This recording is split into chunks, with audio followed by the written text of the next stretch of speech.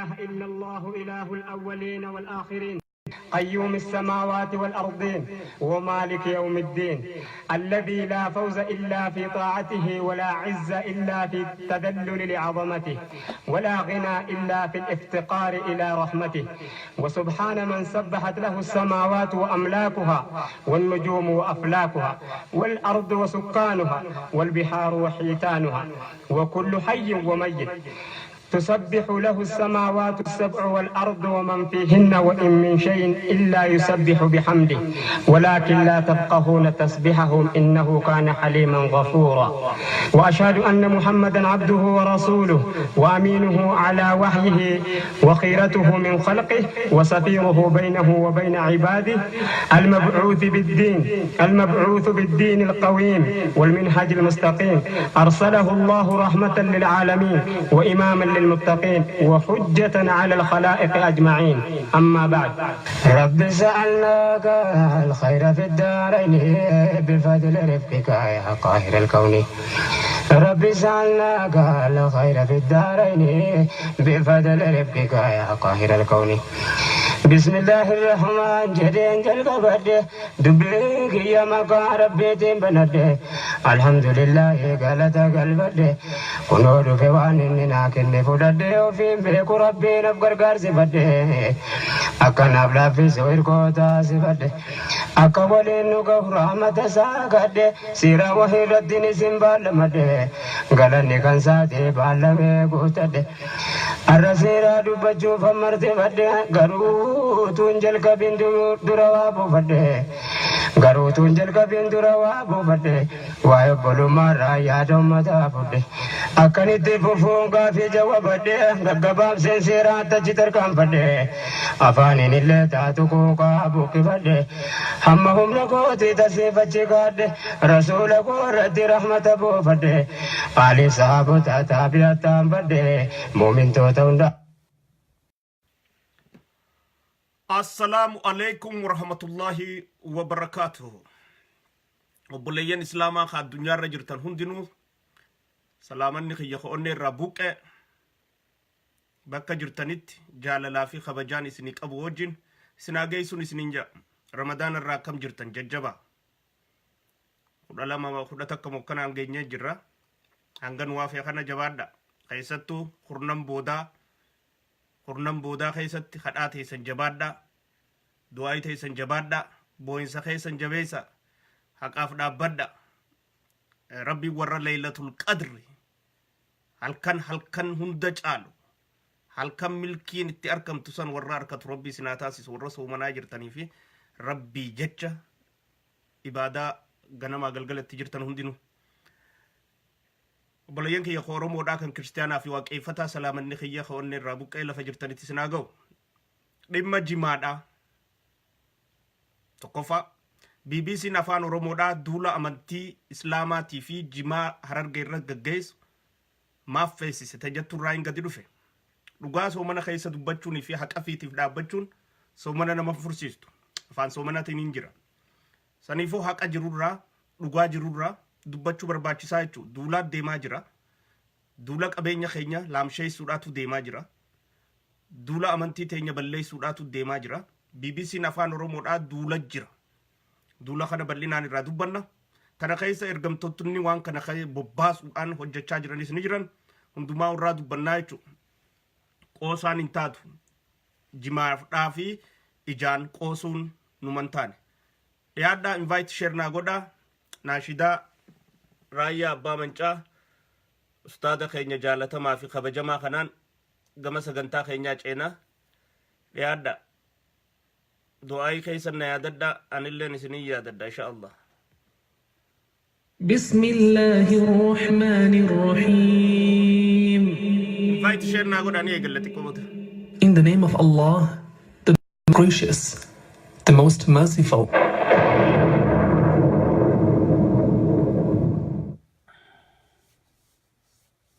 السلام عليكم ورحمة الله وبركاته. بسم الله الرحمن الرحيم.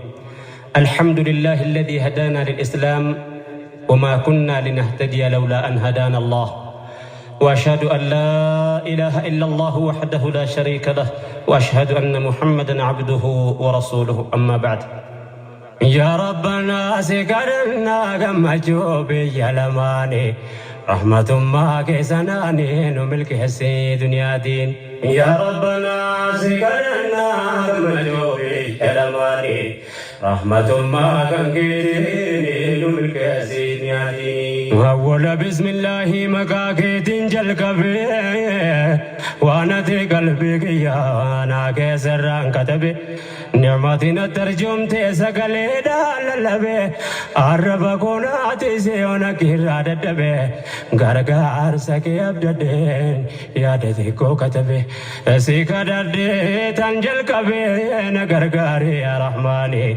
رحمة ما كيسناني نملك سي دنيا ديني السلام عليكم يا بلادي هو فقينيا الحمد لله جنا ربي خالق قينيان محمد فدا ساكي سافدي ولينو قينيان دوف كنه دين اسلاما انعما جروف جرينيا اما نينو لافزي يا دول براكينيا من سيا ولينجينيا وربي نولا فيزني رحمة ما كيسناني نملك سي دنيا دين ثم الحمد لله يا ربي قلت فنه قفتا وبلا غريبا كيوتنا كنه كان اسلام معمل سبب برانغمنه كان الرب ما جچ قلبي الرول كاينه كان غصاب غندامنا نونو جدوتين ارغمنه كان غرا ولغني دررغا ولمبينه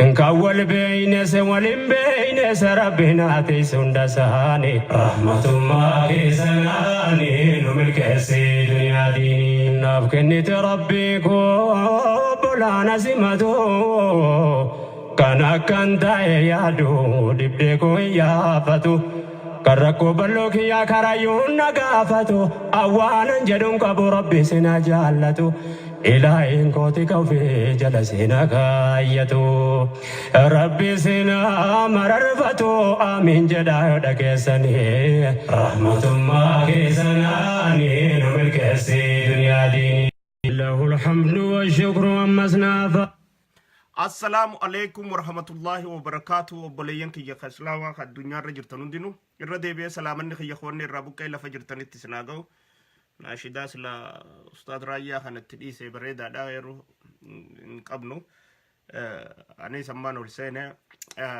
رمضان الراكم جرتن رمضان الراكم جرتن جواد دا باتين تكتين باتي خود ألمين كيسا موتي دا باتين تكتين ربي فيتش نفك أبني سومنو في إبادة غونو تينيا مت ربي فيتش يجودا ربي فيتش نا يتش غوداجي تيسني يتش جن سلاني مو خيتي في سيفي سومني مو خياجي يجرا يجودا ربين كينيا سبحانه وتعالى خيا سومني نافي نمني ربي جالت وندي سومنا يجودا نمني ربي تأمن وندي سومنا يجودا نافي جي سومني ربين كينيا سبحانه وتعالى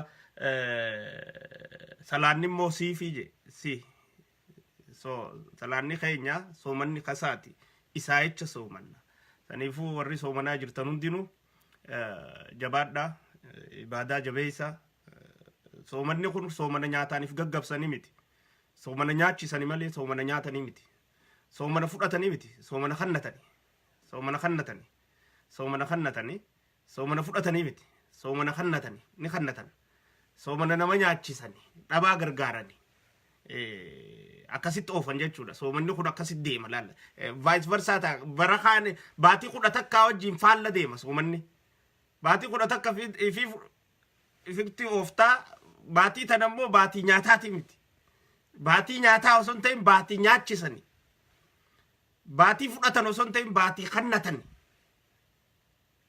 subhaanahu wa ta'ala maashaallah rabbiin keenya akkasitti tolchee jira gizee laalte amma keessatti gate akka gubbaa laaluudhaa miti kanama tokkotti gubbaa laaluu osoo hin ta'in keessatti gati gizee laalte siif galaa jechuun ma'anaan amantiidha ma'anaan dhugaa amantii san keessatti ija qabduun keessa gizee gallaalte sii galaa deemaa jechuun maal akka ta'e irra guddaan tokko nyaateeti gaggaba soomanni kanyaataati miti kanyaachisan ni nyaachista soomanni khartibeelawani katti rakkatan katti nama gargaarani ifi rakkattee nama gargaartu jechuudha be generous katti taatu very generous nama gargaaruudhaan qabeenyaan haa ta'u maallaqa keetiin haa ta'u du'aayiidhaan haa ta'u yaadaan haa ta'u gaarii dubbachuun haa ta'u tola yaaduun haa ta'u wama fadheenuu tollu godhuudhaan gaarii hojjechuu heddummeessuudhaan ramadaanni isaan qabaa jechuudha. Shayxaanni ziqi jedhee hidhamee jira. Shayxaana xixiqqaa namoota xixiqqaa wajjin jiru malee shayxaanni uummata kaanirraa hiq jedhee hidhamee jira jechuudha. Akka gaariitti hidhamee jira. Tanaaf namni gaarii dubbata gaarii hojjeta ni ifa namni kun gisee laaltu imaana qaba ka dura walitti aaru hundi wal jaalata wala ifa afaan kaaya gaarii dubbachaa deemaa jechuudha. Ka shayxaanni xixiqqaan bira jiru immoo dalaguma dur dalaga. Baatiin ramadaanaa tana rabbi sodaatu fi rabbi jaalatu itti jijjiiramee agartu. Warri rabbi jaalanne fi rabbi sodaanne baatii ramadaanaa illee baatuma kudha takkaataan godhaa jechuudha akkasumas deema. Jijjiiramuma irratti nagartu isa sodaati akkaataan irratti agartu san. Baatii ramadaanaa baatiitti namni fuula kara rabbii itti deebi'u dhugaadha. Yeroo hunda fuula gara rabbii deebi'uun akkuma jirutti ammoo irra caalatti baatiin tun baatii leenjiiti. Baatiitti sirraa'anii jechuudha. Kanaafuu jabaadhaa ijoolleen islaamaa obboleeyyan kiyya ka islaamaa ka wal beeynu ka wal hin beeyne ka lafa fagoo jirtan lafa dhiyoo jirtan hundinuu ibaadaa gootan hunda keessan nu yaadadhaa kadhaa rabbii keessan maqaadhaa waan nu yaadadhaa keessaa warri umraa jirtan lafa eebbifamtuu Makkaa fi Madiinaa keessa warri jirtan akka jirutti nu eebbisa du'aa nu godhaa jenna jechuudha. Gama qabxii xiyyaattiin seena. Jimaan maaf ajandaa ta'e. Jimaan maaf ajandaa ta'e. Sanis seenu xiyya dura BBC afaan Oromoorraa eegalla. BBC'n afaan Oromoodhaa madda oduu nu maleedhaati. BBC'n afaan Oromoodhaa BBC afaan amantiidhaati malee afaan Oromoodhaati miti. Sagantaan isaan oofan dhokattuudha. Adeemsi isaanii hundi dhokataadha. Warri isaan ergatanilleen beekamaadha. Kanuma akka isaaniiti. BBC'n afaan Oromoodhaa jedhee miidiyaan banamee deemu jiru kun kan BBCdhaan banamee deemu jiru kana bobbaa barbaachistu irra gaggeessuun yeroon isaa ga'ee jira. Yeroon isaa ga'ee jira. Ijoollee Oromootu achi keessa hojjetaa toltuu samtuus dalaganiis gaarii hojjetaniis numaa fi tayyattuuni obsinee yaa'aa turre malee BBC'n afaan Oromoodhaa BBC afaan amantiidhaa ta'eetu hojjeta malee oduu afaan Oromoodhaa rakkoo Oromoodhaati miti kan ni oofu. Ka amantiidhaati oofan. Kanuma akka qabsoo leencoon oofaa tureessan oofan isaanis dhokataa. Duulli isaan hayyoota amantii irratti amma dura gaggeessaa turan. Duulli isaan amantii teenya irratti amma dura gaggeessaa turan hundaa'uun irraanfannee jechuun. Ammallee duula biraa gaggeessaa jiranii jechuun jimaadhaan ka wal qabate. Duula amantiidhaa gisee gaggeessan waan irra gaggeessaniif beekamaadha. Jibbaa amantii teenyaa qaban haga feete hudduu jala lulaa deemtullee.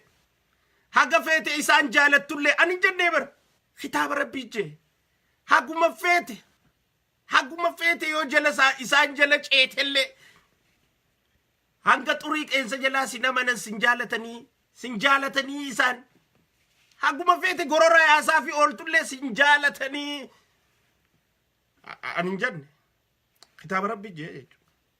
Kitaaba rabbii jee Maaliif duula amantii irra gaggeessan? Maaliif amantii teenya irratti duuluun isaan feesise? Maaliif hojimaa keenya irratti ammaan tana duuluu isaan feesise?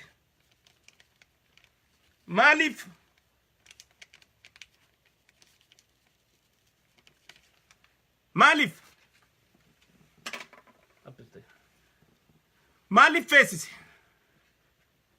Meeta jimaan raayin eegala. Jimaan qabeenya Harargeedhaati miti. Qabeenya Oromiyaati. Fayyadamoon Oromiyaadha. Ummata dhaabeerra ka akkaan jimaa keenya fayyadamu jiru mootummaadha. Ummata dhaabeerra ummata biraa ka gurguruutu irra fayyadamaa jira jimaarra. Arra jimaadhaan xayyaara tabittee biyya keessa jirtu jira. Arrajimaadhaa warra fooqii ijaareetu jira.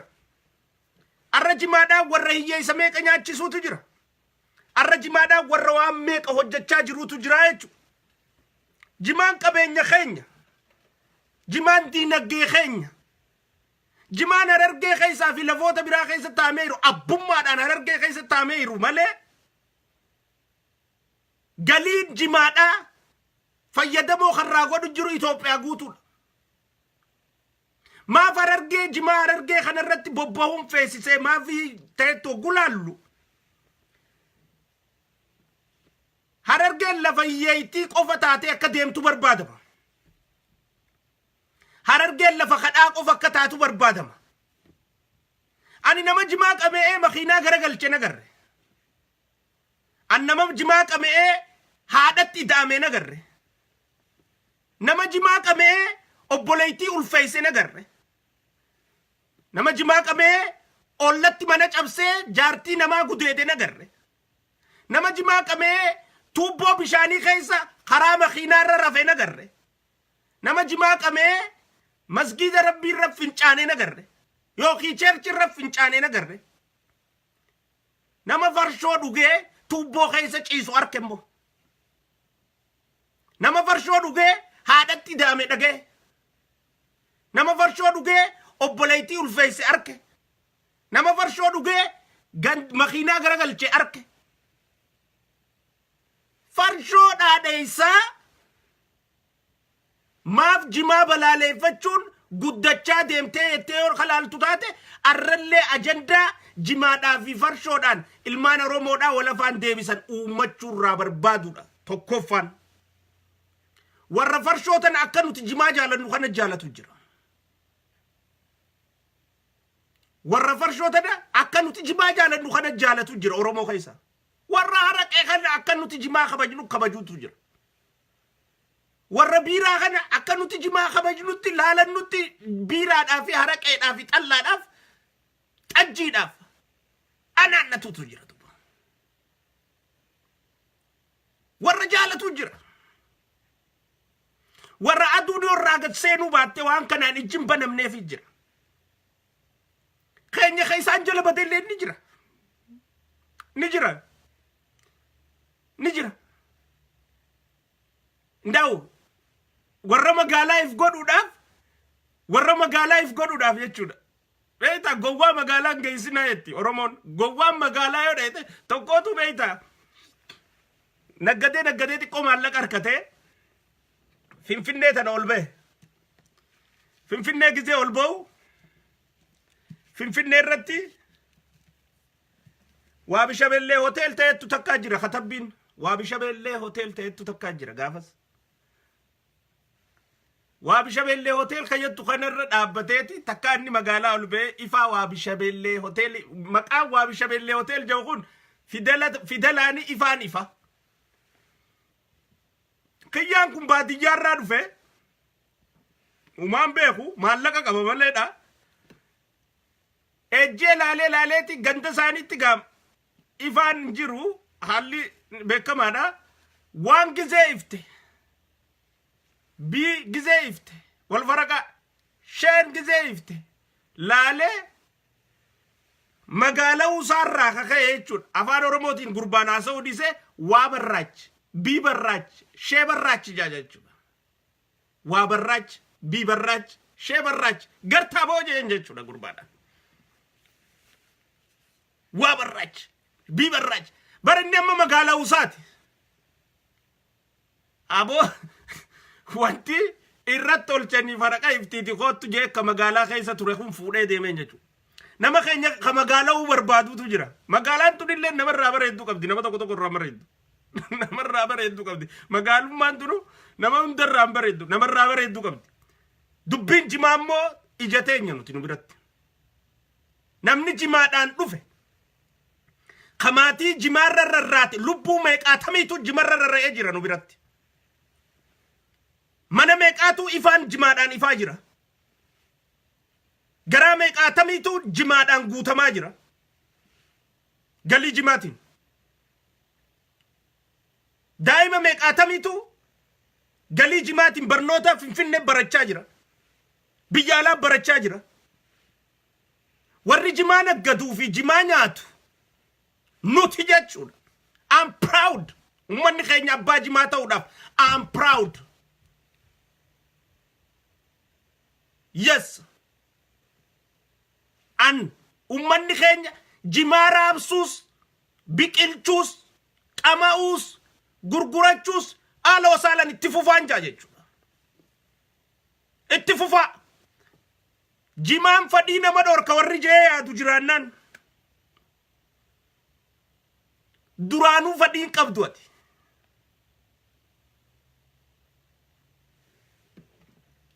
Kitaaba Rabbii garagaliiti fuula kee. Du'aayi Rabbii kee karadhu. Gara kitaaba Rabbii garagalii du'aayi Rabbii kee karadhu. Guyyaa za'uba takka illee yoo ta'e Quraana Rabbii dubbisi. Ati duraanuu haada fadhiin si keessa citee jira. Jimaa fadhii namarratti kutun agarre. Anni hin qamaa. Ni qamaan. Lash goone qamaan. Fadhiin uu dabala malee fadhiin irratti dirrisu. Alhamdulillahi Rabbil Aalamiin. Soomanaaf irraa gatti qeessina fadhii nuti. Haala wasaalan gaa dhugaa dubbannaa miti. Haala wasaalan. Yoo dhugaa dubbadhu jettan. Soomanaani fadhiif irraa gatti qeessina nuti. Haala wasaalan.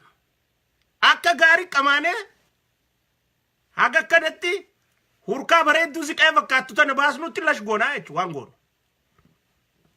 Haala wasaalan. Ilkeenis nu khaarruudha. Hiddinis nu maarreedha. Nutis nuyi.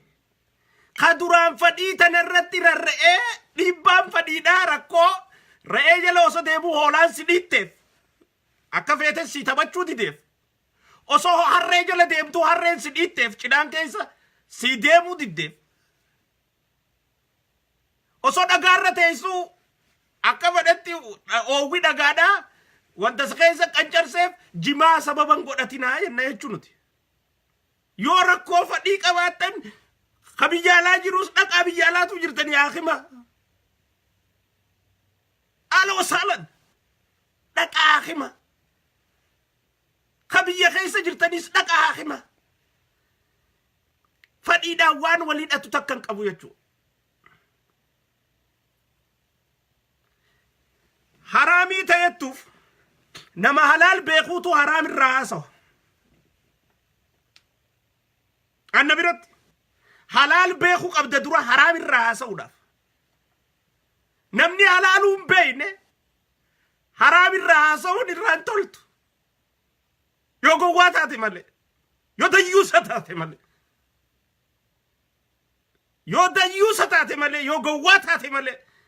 Namni halaal hin beekne haraam irraa haasa'uun irraan toltu. Namni akka halaalitti farshoo unatu jimaa haraam yoo jeennan dinqisiisu jechaadha. Namni akka xuuxxootti farshoo xuuxu habbuuqqatee jechuudha. Haraami jimaa yoo jeennan dinqisiisu jechuudha. Nama halaal beekuutu haraam irraa haasawa. Wanni addunyaa tanarratti haraam hin ta'in ni xiqqaatti. Rasuulli keenya sallallahu alayhi wasallam Hunger kills. It means warri islaamas keessan jirtani sallallahu alayhi wasallam jaa gisee maqaan rasuulaa kee nagaa fi rammanni rasuula keenya irratti haa jiraatu. Baraatan nagaa fi rammanni rasuula keenya irratti haa hasxaa bara. Jechuu qabna jechuu gisee maqaan rasuula keenyaa kee sallallahu alayhi wasallam ol darba. Darbi hasxaateeti sana. Didi. SAW isan ol darbu keeti warri si jibbu jiraannaan cerbee haadhaku. Cerbee haadhaku sallallahu alayhi wasallam jay. Maqaan rasuulaa kanaan nagayaa fi rammanni irratti haa jiraatu. Jechuu qabna jechuudha.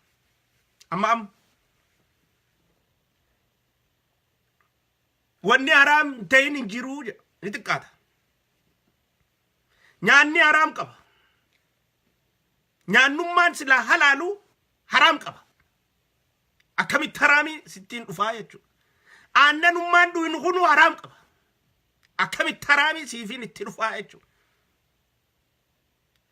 Wahuma halaal taate hundaa'u qiyaasa si barbaachisu ol hanga si hiqqifachiisutti yoo nyaatte haraami. Aloo saalan. Hanga garaan si xiillee gattaa'uu fi ol ka'uu dadhabdutti yoo nyaatte haraami. Hanga lafarratti hirattutti yoo ifin gaggabsite haraami.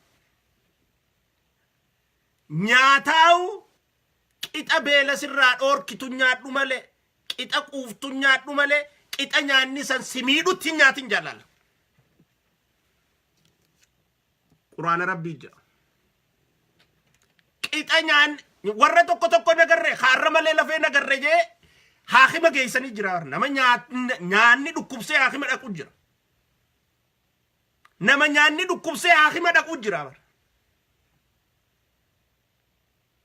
Aannan fuudhimee joggaa tokko jarikaana tokko dhugii fixi. Haa guyyaa kana si wuxxifachiisaa oolu halkan kana guutuu gara gaggalchaa si bulchu haraam. Aannan haraam ta'eeti miti qiyaasaatitti dhuytee haraameesse. Qiyaas waa likkii qabaachuu qaba jechuudha. Wanni waa likkii hin qabne hin jirtu jechuudha. Dubbii jimaarra warri waa likkii hin qabne warri jimaa gurguruu fi qama'us waa likki beeka. Waa likki beeka. Mee nama jimaa qama'u ka obboleettii gudeedee miila ol deemuu fi gad deemuu naa fida.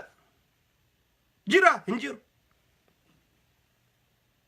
Mee nama jimaa qamee ka mana Rabbii takkaa cherchitti takkaa masgiidatti fincaan ol qabee fincaanee jira as kanna hin jiru.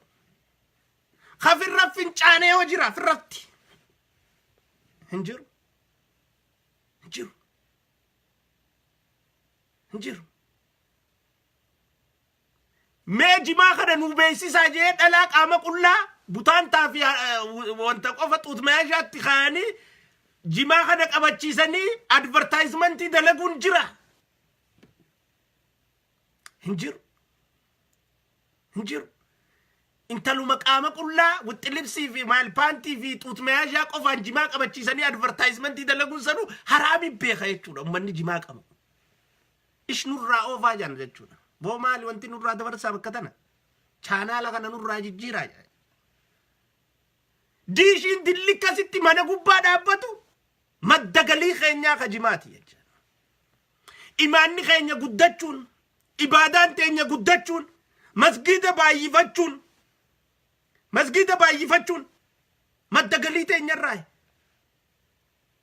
Arra nuti masgiida Harargee tana keessatti akkasitti bakkayyutti hanga jooniyaan faxamtutti Sheekh Amiin Ibroo ustaadota keenya, Sheekh Raayyaa Abbaa Mancaa, Abdurmaan fa'a joollee ulamaata adda addaatu gabbaatee haga ummanni ijji namaa agartutti maallaqa faxanii masgiida yuunivarsiitii adda addaa ta islaamaa ijaaruudhaaf wanni maallaqa akkasitti irraa guran harka 180 galii jimaati.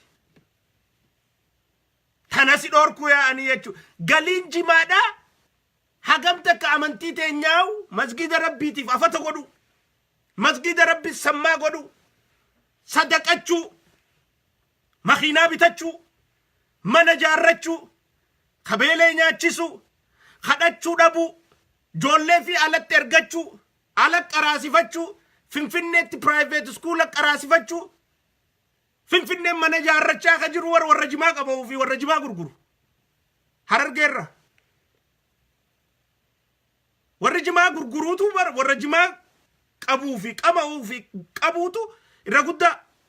Jimaa Harargee kana warra naanneessuutu Finfinneettis Adaamattis mana jaarrachaa jira bara. In fact gabartichi silaa ooruu keessa jiru san hajimaa kana jala taa'ee harama jalaa fuudhee wanta jiru haga qixa ummata kanaa fayyadamee jiraate jettu yool kalaallu taate fayyadamee hin jiru. Faayidaan qonnaan jiraataa keenya ka ooruu keessa jimaa oomishu sanillee bifa feerteen bifa walqixxummaa qabaatuun galiin isaalleen ol siqu qabdi. Isa kanaaf haa dhaabbannu waan biraati. Warri naggadu irraa fayyadamu jira, gabareen teenyalleen irraa fayyadamtu, qonnaan jiraataan keenyalleen irraa fayyadamu jedhanii sanitti achi dhiibu waan biraati. San dalaguun ammoo jimaa keenya xixiqqeessuun diinummaa harargummaa qabaachuudha. Harargee hiyyoomte harkuu fadhuurraayi. Harargee ummata farshoo dhuguu wal fixxe harkuu fadhuurraayi. Jimaadhaa fi farshoo iddoo lola kaasanii jechuudha. Duulli keenya maal ta'u jira? Qaba. Warra farshoo dhuguu wajjin miti duulli keenya. Haala osaalan. Hin dogoggorina. Kaayoo warra jimaa balaaleeffatee duula warra farshoorra nu kaasisiisu jiru kun duulli isaanii ijoollee teenya ta Oromoodhaa ta biraa ta farshoo dhuytu ta xallaa jaalattu ta xajjii jaalattu ta haraqee jaalattu wajjin wal nu lolchiisu yaan. Duula waliin nu naquu ilmaan Harargee bittinneessu yaan. Warri kaleellee ilmaan Harargeedhaa Arsiidhaa wajjin wal nyaachisuu hin dandahini nuti dura dhaabbannee moonee jiru. Obbolummaa teenya raggaasisnee jechuudha. Akka abbootiin teenya jaarraa abbaa gadaa sooressi jaarraa abbaa gadaa waaqoo guutuuti wajjin lolaa turetti nuti obboleeyyane arraas diina keenya wajjin hoyna jennee dinnee wal qabanne abbootii teenya wal qabatee nullee wal qabanna jennee wal qabannetti warri moohame ammallee warra xajjiitii fi farshootii wajjin wal nu lolchiisuudhaa deema. Abbaan fadhee xajjii haa dhugu, abbaan fadhee farshoo haa dhugu, abbaan fadhee xallaa haa dhugu, abbaan fadhee haraqee haa dhugu. Dantash. Namuma jimaa keenya tuqeerra bobbaana jechuudha. Adawwii keenya ta'uu nama jimaa keenya tuqe san beeynaa jechuudha. Isa saniitu adawwii keenya. BBC'n afaan Oromoodhaa adawwii ilmaan Harargeeti, adawwii ilmaan Islaama Itoophiyaa guutuuti. Namuma jimaan galiinsa akka xiqqaattu barbaadu, fudhatamni isaa akka xiqqaatu barbaadu, gurguramuun akka xiqqaattu barbaadu, haraami jee bobbaa gaggeessu, olola gaggeessu, warroota sanirra bobbaanaa jechuun isaan saniitu adawwii teenya. Hubadhaa tana sirriitti. Ka farshoo dhugee dantaa isaatiif dhuga. Haala nafsiyaa isaati dantash. Anaaf seenaa azaaba dantaa isaatiif seenaa. Eessa wal agarra. Hogguu asirraa yaane eessa wal agarra. Bobbaadha nuuf inni. Tanuma dubbiin nuuf inni bobba. Namni ergatus nuuf inni bobba nuti namni nuun ergatu. Uummata keenyaaf dhaabbanna. Nama dhiisi mootummaan biyya bulchaa jirtu jimaa Harargeedhaa. Galiisiidhaa. Fayyadamasiidhaa. Tokko irratti illee bobbaa takka gaggeessuu hin dandeessu jechuudha. Jachi jalaamarra yoo ta'u gaggeessan. Jachiidha jalaamarra. Warra moo dhuunfaadhaan ka'ee jimaa Harargeerra bobbaa namni ergatee laan nama tokko saayikooloojii namaa kanaas bara. Nama tokko ka ifirratti abdiin qabnee mana quraanaa keessa namumarraa korrajuudhaan kilaasii dabraa namarraa korrajuudhaan ilaa 8 dhaqefaa jira. Osuma namarraa korraju ilaa 9 dhaqee 9tti namni irraa korraju kun dirredhaa baratee inni dirredhaa barachuuf dadhabee Harari baratee namni sammaqash biran jirreef 9 keessa battak jechaa turefaadhaa jira. Warra namummaan narra beekaa qofa mataa keessaa qabu jechuudha. Warra ganda kanaatu narra beekumsa qabaa ganduma kana jalaan deema jee laallatu jira jechuudha. Warra akkasitti nuti kanurra waa beeku kan nuti jalayaan akka hangaasatti akka nama islaamatti Rasuula Khiyya sallallahu alayhi wasallam Nabi Muhammad qofa kaniinan jala deema. That is my leader. Isa kaniinan jala deemu. Sunnaaniin an hordofuus tasaati. Karaaniin an irra deemus karaa isaati. An akkasaa ta'uun hin danda'u.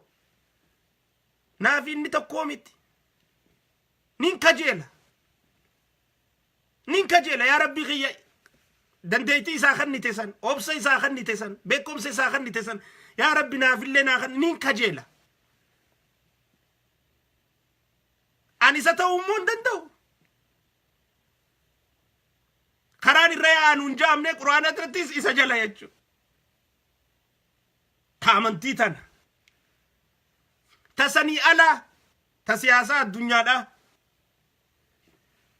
self consciously keenya jala yaana jechuudha. Gatii keenya jala, garaa keenya jala, sammuu keenya jala. Maal jette sammuun tiyya waan kanarratti? Maal yaaddi mataan kiyya waan kanarratti? Baaqaa callaasii adda gingilchineeti. Sammuun teenya waan murteessite irratti gadi baanee waa dubbannaa jechuudha. Yookiis deeggarra yookiis balaaleffanna. Nama gammachiisuuf miti, nama mufachiisuuf miti. Waan nuti itti amanne jechuudha. Ani itti amane. Kan hin godhu jechuudha. Namni nan goosisu. Warri kasi kurrajaa baree namaan ergamu jiraannaan karra bobbaanu sanumaa jechuudha. Haa ta'uu qabu. Saniifu ijoollee farshoo dhuyduu fi xallaa dhuyduu fi xajjii dhuyduu fi haraqee dhuyduu wajjin nuti. Waa wal nu lolchiisu hin qabnu dantaa isaanii taa dhuganii. Farshoo qaama qullaa intala dhaabanii harmaa wajjin beeksisanii dhugaa jiran garre malee jimaa akkasit dhaabanii dhugaa jiran hin garre. Gartanii? Hin garre nuti. Hin garre. Hin garre. Hin garre warra. Intala farshoo qaama qullaa dhaabanii harmasii kana fallag godhanii garsiisanii cinaa tokko ni jiraame akkatti fadhii namaa kanatti kaastutti. Isii tanaaf buqqachiisaa isii sososaa if duraaf if booda oofanii laalchisaa namni kana dhuge takkanaati harkaa akkana deemaa jechisiisanii farshoodhan nama naquudha garree malee. Beeksisa sagaggaalummaa babal'isu. Beeksisa zinaa babal'isu. Beeksisa waan rabbiin akkaan jibbe babal'isu. Garre malee nama jimaa qabatee qaama qullaa deemee hoggu qamaate akkana taata jee beeksisa dalage takkaan agarree jechuudha. Hin agarre. Hin agarre. Warri talti farshoo qabattee deemtu sanii fi namichi farshoo dhugee makiinaa garagalche. Namichi farshoo dhugee haadhatti daame. Namichi farshoo dhugee obboleettii ulfeesse. Namichi farshoo dhugee ilmoosaa ulfeesse. Farshoo dhuguun isaaf halaal taate hajimaasaa qamee yaa Allah rakkoo keessaa na baase. Yaa Rabbi ummata islaamaatii dirmadhu. Yaa Rabbi Oromoodhaaf tokkoomse. Yaa Rabbi jee qamee Rabbi isaatti telefoona ol bilbilatu haraam inni kun jaanii duula bobbaasan irra gaggeessuun ilmaan Harargeedhaa galii jimaa isaanii harka balleessuudhaaf ajandaa qophooyte ta'uu beekuu danda'u qabnaa jechuudha. Jimaan lubbuu teenya nuti. Qamaannus, dhiisnus, gurgurannus ummata keenyaatu itti jiraata. Ummanni keenya Harargeedhaa galiinsaa tokkoffaan jimaarraa. Ummanni keenya Harargeedhaa ifaan mana isaanii jimaarraa ifa. Ummanni keenya Harargeedhaa distiin isaanii ta'ibiddaa jimaarraa balbalti. Ummanni keenya Harargeedhaa bobbaa galli isaanii galii jimaarrarra. Namni Harargee dhalate dhiisi. Namni Harargee jaalatu. Kakkatti ummanni keenya jimaa kanarraa fayyadamu jiru beeku dubbii jimaa keessa harkan nan naqu arraba dhiisi. Harka isaatu naquu jenna jechuudha. Arraba isaa dhiisi. Jimaa Harargee irratti olola oofuun Harargee keessatti ilma Harargee ta'uu dhabu nama argaasisti. Diinummaa ilmaan Harargee qabaachuudha nama argaasisti. Ilmaan Harargee waan biraati wajjin wal lolsiisuu faduudha nama agarsiisti. Mana ummata ifaan jimaadhaan ifuufsan. Mana lambaan jimaadhaan ifusan. Mana ilmaan meeqa jimarra rarra'ee jiruun isaanii jiraatu san balleessuu fi ilmaan san hunda kadhattuu godhanii kararra baasuu hamiluurraa dhufaa jechuudha. Diinummaadha. Diinummaadha. This is why arrarraa eegallee duula eegallaa jechuun BBC afaan Oromoo irratti. Diinummaadha. Maatii jimaarra rarraatee jiraattu san kadhattuu godhuudha. Magaalaa jimaadhaan shaashaa yatte taa'awwataa isan ta miliyoonni meeqa finfinneedhaatti taantee Itoophiyaa tana guutuu keessatti maallaqni bakkitti oomishamuu fi sossoohu yoo jiraatte Itoophiyaa keessatti guyyatti money exchangein reetiinsa haykate Itoophiyaa guutuu keessatti finfinneetti taantee awwadaay magaalaa san ruuhii naggadasii keessaa fuudhuu fadhuudha. Hinaafarraa dhufti an maaliif magaalaa san keessa niira akkasitti sossooneef hinaafuutu jira. Hinaafaan kun beek bakkayyuu seenti dhukkuba hinaafaan tun dhukkuba kiseen jiru hindhiisinaat waan tana. Hinaafaan tun dhukkuba warra silaa obboleessa mancaadhaan ajjeesu narra qabeenya horte jee warra akkasii jira bar. Warra hinaafaan tun asit dhalattee fi achit dhalattee hin qabdu summiidha. Hinaafaa bar sila adachi keessa maallaqa kana sossoosuun qabamaa ijoolleen awwadaay maallaqa sossoostii ammaaliif hin awwadaay keessa maallaqa fooqiin qabaatini enetiree gurguddaa deemu kana kaawwadaa irraa ijoolleen ziis gootee ooftu kana ammaaliif hin horiidhi hinaafaadha. Selfishness dhukkuba jechuun kaansariidha hinaafaan kun. Daatsaniitu uummata akkana godha.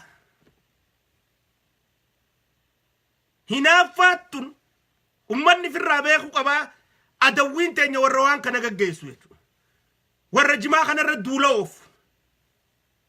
Saniifuu duulli keenya farshoo irra bobba'uu osoo hin taane nama jimaa balaaleeffatu irra bobba'uu irratti deeffachuu qabnaa jechuudha duula keenya miti.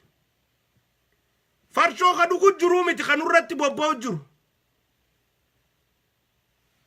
Nama farshoo dhugu keessaa tokko ta'uu mala, lama ta'uu mala, sadi ta'uu mala, takka nama farshoon dhuyne ta'uu mala. We don't care. Guruppii taan irra bobba'u farshoo fi maarree jennee isaan irra bobba'uurra nuti taargeeta godhachuu ka qabnu abbuma jimaa keenya tuqe cafayna jechuudha. Akka inni ol hin kaanetti. Adawwii keenya ta'ullee nama hundaa himnaa jechuudha. Adawwii naggada awwadaay ta'u. Adawwii naggada harargeedhaa ta'u. Adawwii naggada harargee bahaa harargee lixaa ta'u. Harargee lachuutu harargeen takkuma harargee bahaa lixaa diinaatu jee baase bakka kana hundatti sochiin teenya nagganni keenya diinagdeen keenya ruuhiin jimaa irra jirti jechuudha. Ummanni keenya maallaqa jimaati. Kan ittiin jiruunsaa iftee deemu jirtu. Harka dhibbarraa harki 90 ol. Maallaqa jimaati. Tana sirri beekuu danda'u qabnaa jechuudha. Adawwiidha. Adawwiin summii hinaaffaa keessa jirtu jechuudha. Dhukkuba hinaaffaadha. Namni irbaatii ramadaanaa tanallee hinaaffaan isaan hin dhiisne. Zamanuma isaan dhiistu hin qaban. Hin qaban. Baatii sheexaanni itti hidhaa tanatti namni hinaaf hin qaban. Hin qaban. Yeruma isaan dhiistu hin qaban hinaaffaan. Saniifuu duula keenya warra jimaa keenya irra bobba'u. Abbaa fadhe haa ta'u kan nuti gaggabsinu isaan ta'uu qabaa jechuudha. Kan uummataa wadaay beeksisnu adawwii teessanii namni kun beekaaf irraa jenne. Adawwii diinagdee wadaay namni kun firraa baraa jenne. Namoonni tokko xaaqaa aksiyoona adda addaa fa'aa gaafatee gizee dhabe gabbee jimaa wadaay kana cafaquu danda'a. Naggaadee adda addaa irraa waan adda addaa gizee dhaban namni kun bara riizina adda addaa jira waan namni kun gabbee waa dubbatuuf. Trust me on this. Reason adda addaa jira waan namni kun gabbee waa dubbatuuf. We'll find out maal akka ta'e maaliif namni kun waan kana dubbate ta'etu irra yaanee laalu teenyaa jechuudha. Barbaannee as baasna. Bilbila amma gara biyyaa xiqqoo Ramadaan inni dhiisnee taa'u jirra amma bilbileeti. Saboo gaafa dhiyoo san biyya keessatti maaltu maal ta'ee jennee oduu funaannaa jechuudha. Ni harkanna oduu. Ragaa jira jechuudha waan namni kun waa godhuuf waatu jira. Namni kun irra guddaa nama kara biyyaa gizee dhaqee waan warra biyya dhaqe irraa dhageenye warra biyya dhaqe hundi jimaa biyya awwadaa kana naggatu fadha. Dire dhawatti maali Jabuutitti erguu ka fadhuusisuma ka Somaaliyaatti erguu fadhuusisuma ka Finfinnee jimaa fuudhee erguu fadhuusisaanuma naggata jimaa kana keessa akkuma dhaqanii calaw jechuu fadha namni kun irra guddaan hogguu laa seenuun dhabe qaawwa seenuun harkachuu dide as deebi'eeti jimaarra bobba'aa jechuudha. Personal oriented profit, personal profit oriented. Faayidaa ifiirra rarra'anii galii ummataati fi faayidaa ummataati qeessuun qaanyidha jechuudha. Qaanyidha. Ilmaan Harargeedha adawwiin teenya warra farshoo dhuguu miti. Dantaa isaaniitiif dhugan isaan. Tana naa qabadda. Adawwiin teenya nama jimaa keenya tuqe. Nama jimaa keenya irratti abobbaa gaggeesse. Nama jimaa keenya irratti olola gaggeesse. Isaan saniitu maatii teenya ummata keenya aalii teenya akka hiyyoomtu barbaadu jira jechuudha. Isaan saniitu magaalaan Awwadaa ifa akka dhabdu barbaadu jira jechuudha. Isaan saniitu Awwadaa fooqii kan jaarranne barbaadu jira jechuudha. Isaan saniitu maatiin ilmaan jimaa kanaan jiraachuu jiranii hundi alagga baatee kadhattuu sadaqa kadhattuu kataan. Magaalaan Awwadaa isan tara'een qoftiin keessa deemtu tanamni keessatti naggadanne akka taatu. Warri barbaadu jiru warra duula gaggeessu. Ijji teenya gurri keenya afaan keenya eenyurra deebuu qabaa jechuudha. Warra duula gaggeessu kana warra biraatiif akka barnoota ta'utti irra bobba'uun isaan kanarratti jechuudha. They are our enemy. Adawwiitiyyaan. Namni jimaa Awwadaa jimaa Harargeetiin qoosee naaf adawwiidha. Ummata Harargeeti beeleessuu fadhe. Ummata Harargeeti hiyyoomsuu fadhe. Ummata Harargee kadhattuu godhuu fadhe. Galii Harargee miskiineessuu fadhe. Tana sirriidha beekuu qabnaa jechuudha. Abbaa fadhe taanaan jimaa Harargeetiin dhufnaan inamii nambar waanii keenya hinaaffaa nama keenyaa qaban adawwii teenya tanaaf BBC'n adawwii teenya jenna jechuudha maantana. Afaan guuttanne. Adawwii teenya diinagdee ummata keenya miskiineessuudhaaf fadhanii jechuudha.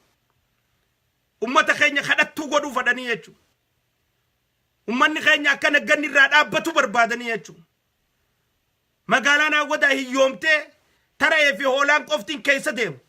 Tamaallaqni keessa akkanatti sososoone akka taatu barbaadanii jiranii jechuudha. Tanaaf duularra gaggeessaa jiranii jechuudha. Isaan san irratti ummata barsiisu, isaan san irratti duula gaggeessu. Kafarshoo dhuguu jiru dantaa isaatiif dhuga. Rabbii isa gaafachuu ta'a gaafa qabrii seene. Kanaafuu ijoollee Oromoodhaa tafarshoo xallaa haraqee xajjii dhuyduu wajjin wanni wal lolchiisan jiru. Isaanii miti hiriira kan irra bahuu jiru. Isaanii miti kan irra bobba'uu jiru. Kan irra bobba'uu jiru kan jimaa keenya bobbaa godhu jiru. BBC irraa eegali namoota adda addaa irraa eegali warra dhaabbiin qabne warra ejjennoo qabne warra dhukkubni hinaaffaadhaa xash godhee deemu jiru. Namni kun huccuu keessa maraatee jira. Namni kun huccuu keessa maraatee jira. Warra dhukkubni hinaaffaadhaa xash godhee deemu jiru jira. Warra harreen dhoyitee meeshaan hin kaanee fi jimaatu narraan kaasuun jimaan qabee saniitu miidhaan irra geessisee jiru jira. Gaafa ijoollee horii jala deemu harreen dhoyitee cidhaan tokkorraa fotteessite. Ummata akkanaa jira. Ummata wadalli harreedhaa cidhaan keessa dhee cidhaan tokko buruise. Warra fayyaan qabnee jira. Warra akkanaa kanaatu duula jimaa irratti oofu jira jechuudha. Warra qamoo keessaa amma biyya alaa tanatti dilas hin qamaanu ammoo biyyatti qamaa turre. Dubbiin qamoo fi qamoo dhiisuudhaa miti. Gaafa qamaanee fi qamaanes ni beekna. Saniifu jimaa qamoon fadhiidhaa fi kana wajjin wal qabatanii waan adda addaa ta'u uummata Oromoo irratti oofaa jiran tun guutuutti dhaabbachuu qabdi. Ilmaan Oromoodhaa Harargeedhaa beekuu qabaa adawwii isaa jechuudha. Adawwiin teenya numa keessa jirti. Kakalee namoota adda addaatiin walitti buusuu barbaadee hin milkaa'in. Karra deemee ammaas warra xajjii fi xallaa haraqee dhuguu wajjin walitti naquu barbaadu jira didi jala. No. Abbaa jimaa tuqa irra bobba'uudha. Uummata kaan wanni irra bobbaanuuf hin jirtu jechuudha. Tun sirriidha beekamuu qabdi. Jimaa gizee qamaane hanga nuti jeeynaa nutu beeka. Hanga nuti jeegna. Hanga nuti gootaa. Akkanatti hanga wooma feetettu. Wooma feetettu. Haruma feetettu. Haruma feetettu. Namni jimaa qabe ammaas takkaa tuubboo udaanii keessa rafee ganama achi harkisanii fuudhaniin beekan.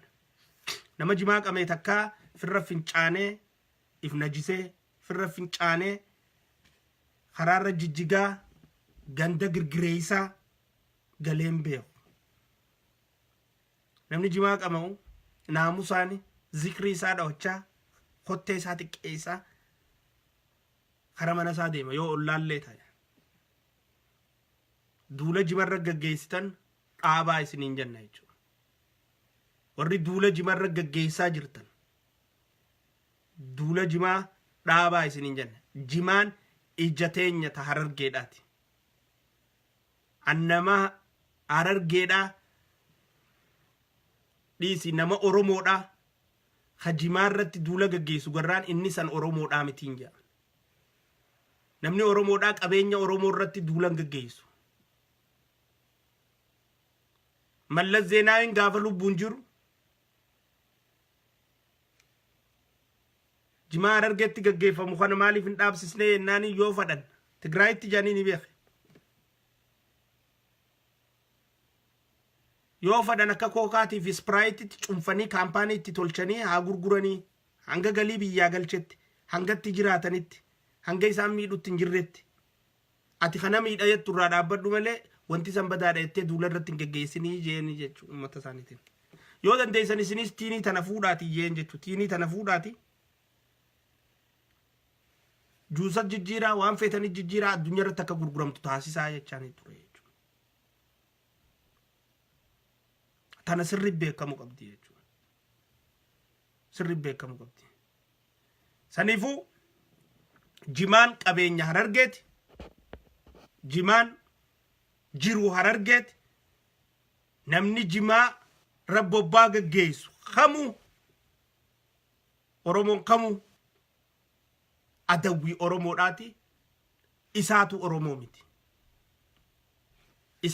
miti maqaa Oromoon ta'iniif waan Oromoo irratti waa gaggeessa osoo Oromoo ta'e hin gaggeessu qabeenya Oromoo irratti abbaan fade galii Oromoo irratti Harargeen tun bar wannummaan isin bobbaatee jiraattuunu jimaa kanaami osoo jimaan kun jiraachuu baatee warra Harargeen akkam akka taatu laalaa galii tanaan jiraataa harummanne tanaan ilmaan barsiifata tanaan gaaza lambaa faanusa ifaa naqata tanaan qabeenya dila sana Harargeen horattee bararraan tana fooqii meeqaatam jaarrattee deemu jirti faaqarraa eegalee hanga qudaatti haqarshi diidamiin gurguramurraa hanga kuma kudhanii gurguramutti jimaadhaan qoosuun dhaabbachuu qaba jimaan ija teenya duula kana warra jimaarra bobba'u irratti deeffadhaa ilmaan Harargeedhaa adawwii namaa wal isin fixuu feetu firraa eegaa firraa baraa arraaftanumaan jaa BBC'n afaan Oromoo adawwii ilmaan Harargee adawwii islaama guutuuti BBC afaan amantiiti malee BBC afaan Oromooti miti irraa booda BBC afaan amantii jennee yaama ajandaa amantii gaggeessa keessatti san bifa saniin beekamuu qaba galatooma soomana keessan keessa ijoolleen soomanaa jirtan du'aa keessan keessa nu yaadadha rabbii jechaan isin jaaladha sheer godhaa waliin gaa guyyaa gaarii qabaadha